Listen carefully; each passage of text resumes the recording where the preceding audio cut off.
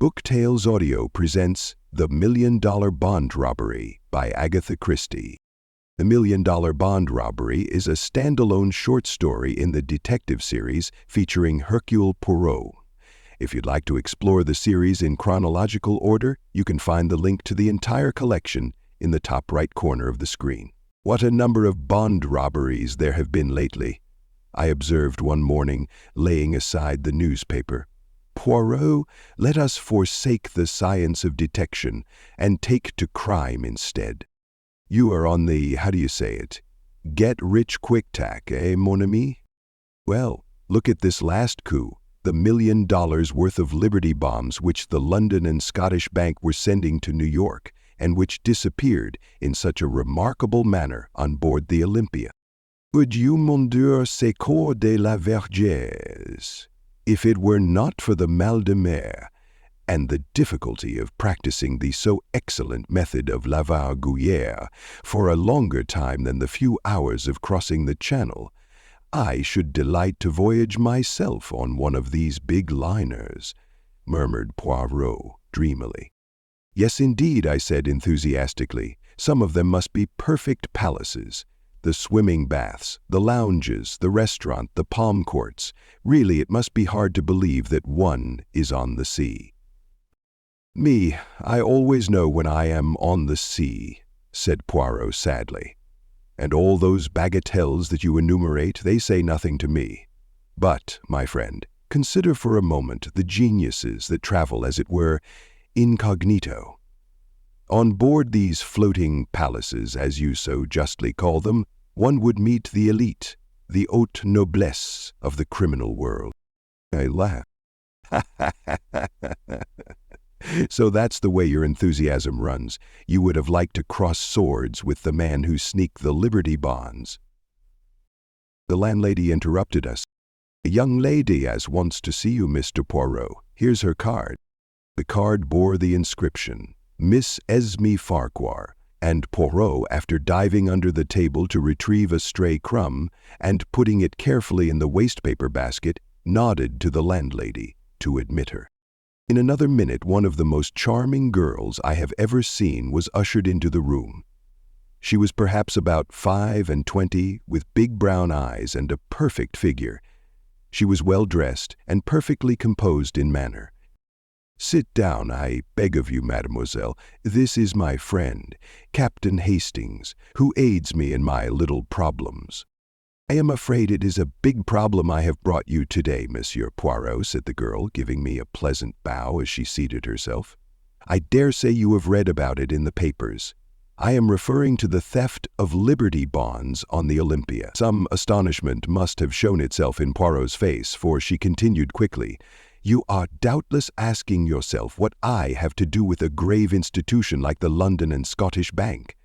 In one sense, nothing. In another sense, everything. You see, Monsieur Poirot, I am engaged to Mr. Philip Ridgway. Aha, and Mr. Philip Ridgway was in charge of the bonds when they were stolen. Of course, no actual blame can attach to him. It was not his fault in any way.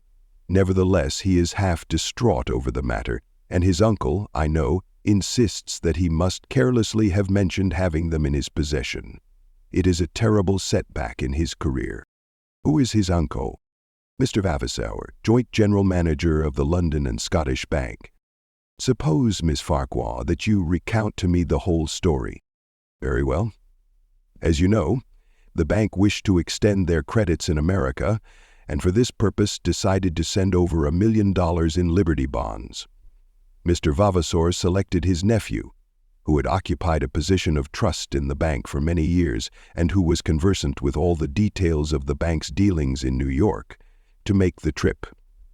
The Olympia sailed from Liverpool on the 23rd, and the bonds were handed over to Philip on the morning of that day by Mr. Vavasour and Mr. Shaw, the two joint general managers of the London and Scottish Bank. They were counted, enclosed in a package, and sealed in his presence, and he then locked the package at once in his portmanteau. A portmanteau with an ordinary lock? No. Mr. Shaw insisted on a special lock being fitted to it by Hubbs's. Philip, as I say, placed the package at the bottom of the trunk. It was stolen just a few hours before reaching New York. A rigorous search of the whole ship was made, but without result. The bonds seemed literally to have vanished into thin air. Poirot made a grimace.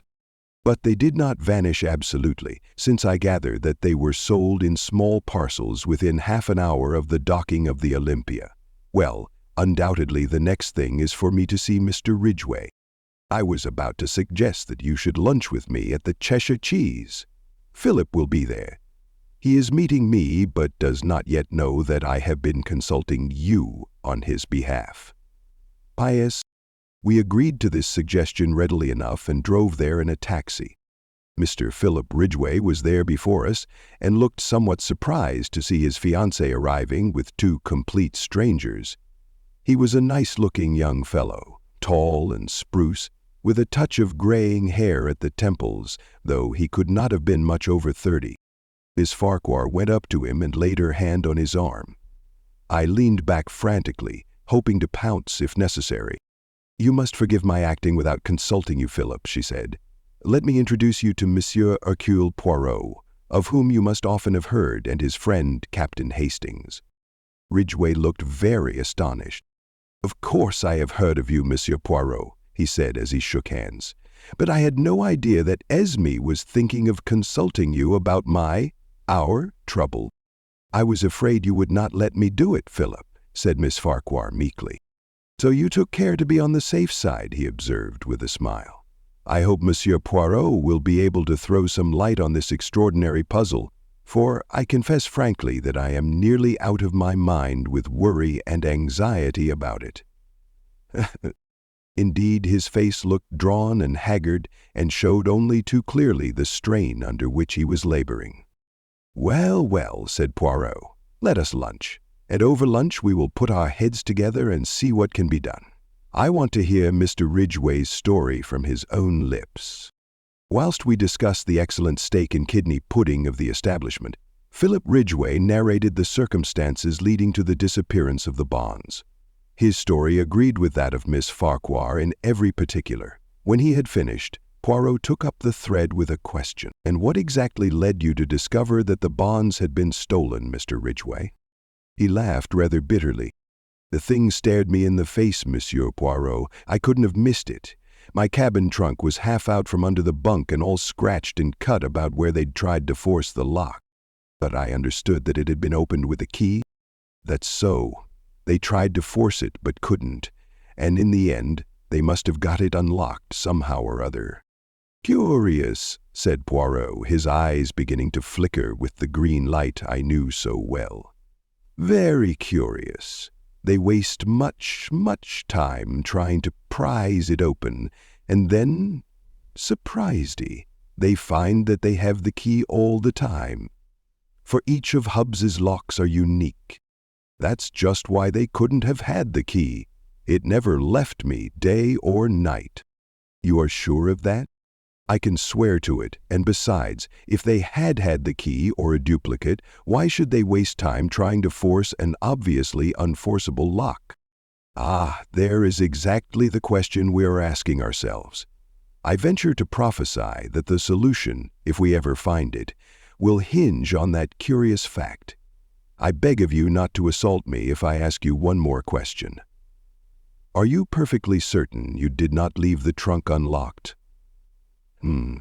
Philip Ridgway merely looked at him, and Poirot gesticulated apologetically. "Why, these things can happen, I assure you. Very well, the bonds were stolen from the trunk. What did the thief do with them? How did he manage to get ashore with them?" "Ah," cried Ridgway, "that's just it. How?" Word was passed to the customs authorities, and every soul that left the ship was gone over with a tooth comb. And the bonds, I gather, made a bulky package. Certainly they did. They could hardly have been hidden on board. And anyway, we know they weren't because they were offered for sale within half an hour of the Olympia's arrival, long before I got the cables going and the numbers sent out. One broker swears he bought some of them even before the Olympia got in. But you can't send bonds by wireless."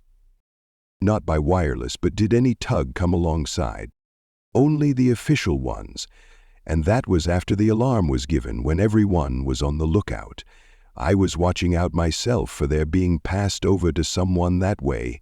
My God, Monsieur Poirot, this thing will drive me mad. People are beginning to say I stole them myself." "As you will. But you also were searched on landing, weren't you?" asked Poirot gently. "Yes." The young man stared at him in a puzzled manner. "You do not catch my meaning, I see," said Poirot, smiling enigmatically. "Now, I should like to make a few inquiries at the bank." Ridgway produced a card and scribbled a few words on it. "Send this in, and my uncle will see you at once." Poirot thanked him, bade farewell to Miss Farquhar, and together we started out for Threadneedle Street and the head office of the London and Scottish Bank. On production of Ridgway's card, we were led through the labyrinth of counters and desks, skirting paying-in clerks and paying-out clerks, and up to a small office on the first floor where the joint general managers received us. They were two grave gentlemen who had grown gray in the service of the bank. Mr. Vavasour had a short white beard. Mr. Shaw was clean-shaven.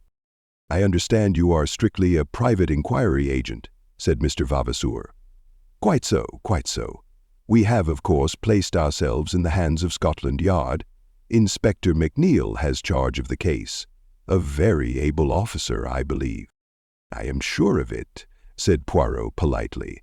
"You will permit a few questions on your nephew's behalf. About this lock, who ordered it from Hubbs's?" "About the lock? I ordered it myself," said Mr. Shaw. "I would not trust to any clerk in the matter. As to the keys, Mr. Ridgway had one, and the other two are held by my colleague and myself." "And no clerk has had access to them?" Mr. Shaw turned inquiringly to Mr. Vavasour.